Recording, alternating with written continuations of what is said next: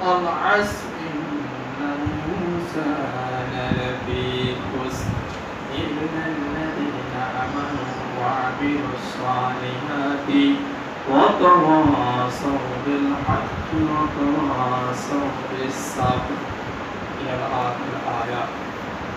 أعوذ بالله من الشيطان الرجيم.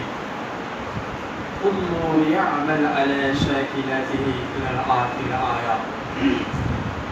وقال رسول الله صلى الله عليه وسلم إن الله لا يأمركم. رواه البخاري ومسلم. وعن أبي هريرة رضي الله تعالى عنه قال قال رسول الله صلى الله عليه وسلم إن الله لا ينظر أموالكم ولا قلوبكم ولا ينظر أعمالكم. رواه البخاري ومسلم.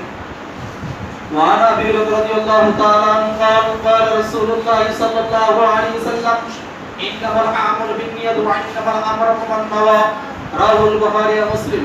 وقال رسول الله صلى الله عليه وسلم المرء مع من أحب. رواه الترمذي إلى آخر الحديث. আলহামদুলিল্লাহ, সমস্ত প্রশংসা সমস্ত সিফাত সে আল্লাহ সুবহানাহু ওয়া তাআলার জন্যই, যে আল্লাহ সুবহানাহু ওয়া তাআলা আমাদেরকে একটি সপ্তাহ অতিবাহিত হওয়ার পরে যে আল্লাহ রাব্বুল আলামিন আমাদের উপস্থিতি আসার তৌফিক দান করেছেন, এই জন্য আমরা শুকরিয়া আদায় করি আলহামদুলিল্লাহ। আবার শুকরিয়া আদায় করছি যে আল্লাহ সুবহানাহু ওয়া তাআলার অশেষ রহমতে অশেষ কৃপায় আমরা এখনো পৃথিবীর মহা সংকটময় মহামারী থেকে যে আল্লাহ আমাদেরকে বিরত রেখেছেন এবং পৃথিবীর অন্যায় অনাচার অশ্লীলতা বেহায়া প্রমাত্ম কাজে না নিয়ে যে এখনো এই মুহূর্তে অনেকেই সঞ্চারী কাজ থেকে শুরু করে নিয়ে অনেকেই অনেক কাজে ব্যস্ত রয়েছে, ঠিক সেখানে না নিয়ে যে আল্লাহ সুবহানাহু ওয়া তাআলা আমাদেরকে এই মসজিদে আসার তৌফিক দান করেছেন, এই জন্য আমরা আবার শুকরিয়া আদায় করি আলহামদুলিল্লাহ।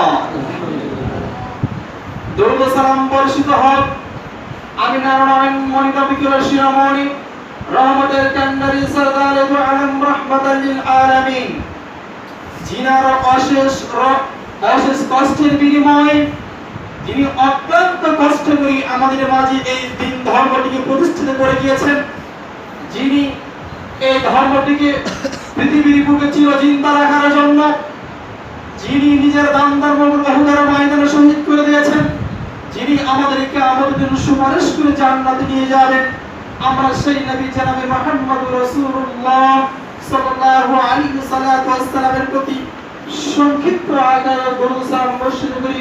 আমরা সকলেই বলি আল্লাহুম্মা সাল্লি আলাইহি আল্লাহুম্মা বারিক আলাইহি। সেই সাথে রূহের মাগফিরাত কামনা করছি সেই সকল রূহের প্রতি যারা আল্লাহর নবীর সাথে থেকে নিজের জীবন উৎসর্গ করে দিয়ে এই রূপ থেকে পরলোকগমন করেছেন, আল্লাহ সুবহানাহু ওয়া তাআলা তাদের সকল রূহগুলোকে জান্নাতুল ফিরদৌস নসিব করুন। আমরা সকলেই বলি আল্লাহুম্মা আমিন। সম্মানিত উপস্থিতি, আজ জুমা খুতবায় সংক্ষিপ্ত আলোচনার বিষয় বিশুদ্ধ নিয়ত। যেহেতু আমাদের সামনে এমন একটি মাস আসতেছে, এমন একটি সওয়াব আসতেছে, আল্লাহ নবী সাল্লাল্লাহু আলাইহি ওয়াসাল্লাম বলেছেন সেই দিন যদি কোনো ব্যক্তি সেই কাজটি করে যেতে পারে, পৃথিবীর কোনো আমল নয় যে তার থেকে বৃদ্ধি হবে, শুধু একটি আমল শুধু বৃদ্ধি পাবে, যে ব্যক্তি আল জিহাদু ফি সাবিলিল্লাহি আমওয়ালিকুম, যে ব্যক্তি বাড়ির থেকে বাইরে হয়েছে অর্থ সম্পদ নিয়ে এবং জিহাদের ময়দানে যুদ্ধ করতে করতে জিহাদের ময়দানে শহীদ হয়ে গিয়েছেন, সেই ব্যক্তির চেয়ে সওয়াব বেশি হবে না। তার মানে আল্লাহ নবী বুঝিয়েছেন যে পৃথিবীর মধ্যে যতগুলো নেকি রয়েছে, পৃথিবীর মধ্যে যতগুলো নেকি রয়েছে সেই দিনের অপেক্ষায় ওই জিহাদের যে ব্যক্তি জিহাদে অংশগ্রহণ করে ফিরে আসবে সেটা নয়, যে ব্যক্তি জিহাদে অংশগ্রহণ করে একেবারে চিরবিদায় নিয়েছে দুনিয়া থেকে, সেই ব্যক্তির সওয়াবটা বেশি হবে না। তো তার আগে যেহেতু আমাদের নিয়তের মাঝখানে অনেকটাই সমস্যা থেকে যায়। সামনে যে কুরবানি আসতেছে, কিন্তু কুরবানির আগে অনেকেই যে আসলে কুরবানি দিব কি দিব না, মানে নিয়ত অনেকটাই গরমিল। আর অনেকেই ভাবে যে গ্রামের হয়তো ধনাঢ্য ব্যক্তি বা যদি না দেয় তাহলে মানুষের খারাপ মনে করবে, দেয় একটা ছাগল দিয়েই দেই, নয়তো 7 জনের ভাগে একটা কুরবানি দিয়েই দেই। তো যাই হোক, 7 জনের ভাগে সেদিকে যাচ্ছে না প্রত্যেক দিক দিয়ে সবাই সব থেকে সংক্ষিপ্তদের সামনে আলোচনা হবে। কিন্তু আমাদের এই কুরবানি আসার আগে মনের মাঝখান থেকে খালেস নিয়ত করতে হবে যে আমরা এই কাজটি বাস্তবায়ন করব ইনশাআল্লাহ, যে আমরা এই আমলটি করব, আমরা এই জিনিসটি করব। তার আগে মনের মাঝখানে দৃঢ়তার সাথে নিয়ত করতে হবে। কিন্তু আমাদের নিয়তের মাঝখানে অনেকটাই ঘুরবেগ থেকে যায়। যে কোনো কাজ করতে হলে আগে নিয়ত করতে হবে পরিপূর্ণভাবে। এখন নিয়তটা অনেকে চলে নিয়ে এসেছে নামাজের মাঝখানে। নামাজের মাঝখানে যখন লাইনে দাঁড়িয়ে যায়, লাইনে দাঁড়ার পরে মুখে অনেকে নিয়ত করে যেটা আসলে কোরআন এবং সুন্নাহর বিরোধিতা কাজ। পৃথিবীর বুকে একটা জিনিসের শুধু মুখে নিয়ত করা চলবে, সেটা হচ্ছে যারা হজ করতে যায়, হজ করতে গিয়ে কাবা ঘরের চতুর্দিকে যখন তারা লাব্বাইক ইয়া লাব্বাইক যখন এই দোয়াটি পাঠ করতে থাকে তখন শুধু নিয়ত করা যাবে। এছাড়া পৃথিবীর বুকে এমন কোন সালাত নেই যেটা রাসূল থেকে প্রমাণ রয়েছে যে আল্লাহর নবী এই নামাজের সময় দাঁড়িয়ে মুখে নিয়ত পাঠ করেছেন।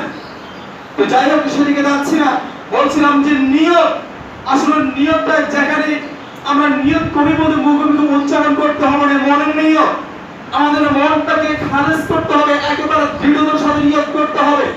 কিন্তু একটা নিয়ত হয় যে অন্যরকম।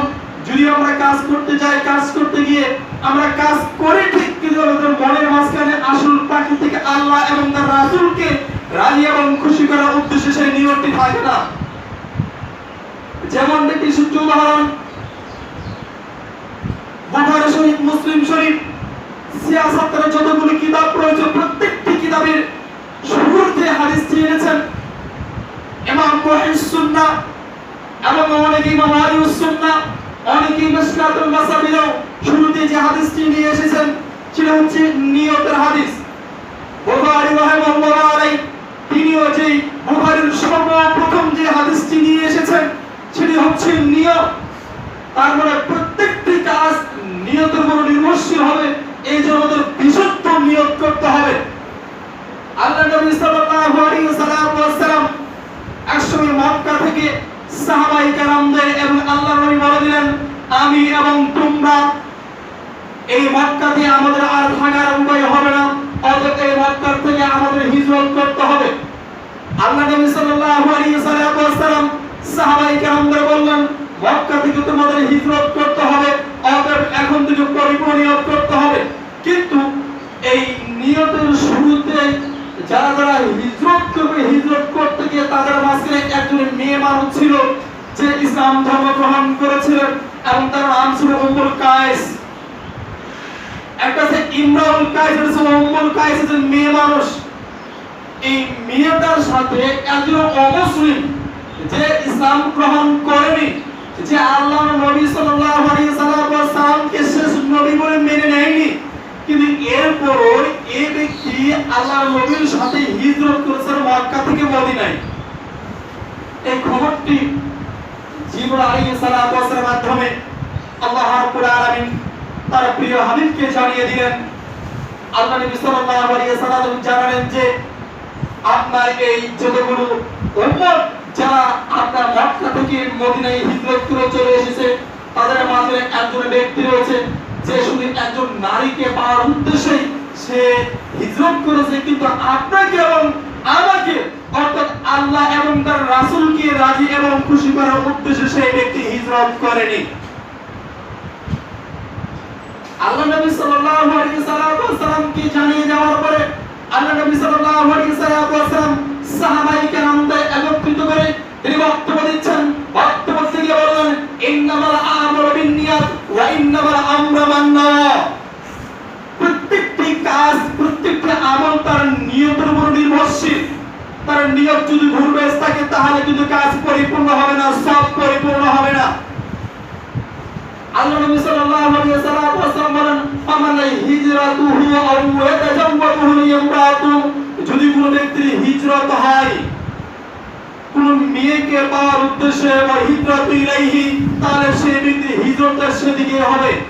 ওয়া ইন কানা হিজরাতু ইলাল্লাহি ওয়া রাসূলিহি, যদি কোনো ব্যক্তির হিজরত হয় আল্লাহ এবং তার রাসূলকে পাওয়ার উদ্দেশ্যে, তাহলে সেই ব্যক্তির হিজরতটা সেদিকেই হবে। তার মানে আল্লাহ নবী সাল্লাল্লাহু আলাইহি ওয়াসাল্লাম তার যে ব্যক্তিগুলো মক্কা থেকে হিজরত করেছিলেন সেই ব্যক্তিদের বললেন যে যার হিজরতটি হবে আল্লাহ এবং তার রাসূলকে রাজি খুশি করার উদ্দেশ্যে, তার হিজরতটা সেটাই হবে। আর যদি কারো আপনার হিজরতটি হয় কোনো মেয়েকে পাওয়ার উদ্দেশ্যে, তাহলে তার হিজরতটা সেদিকে হবে। তার মানে তার কোনো আমল নামা আল্লাহ রাব্বুল আলামিনের নিকটে গ্রহণযোগ্যতা হবে না।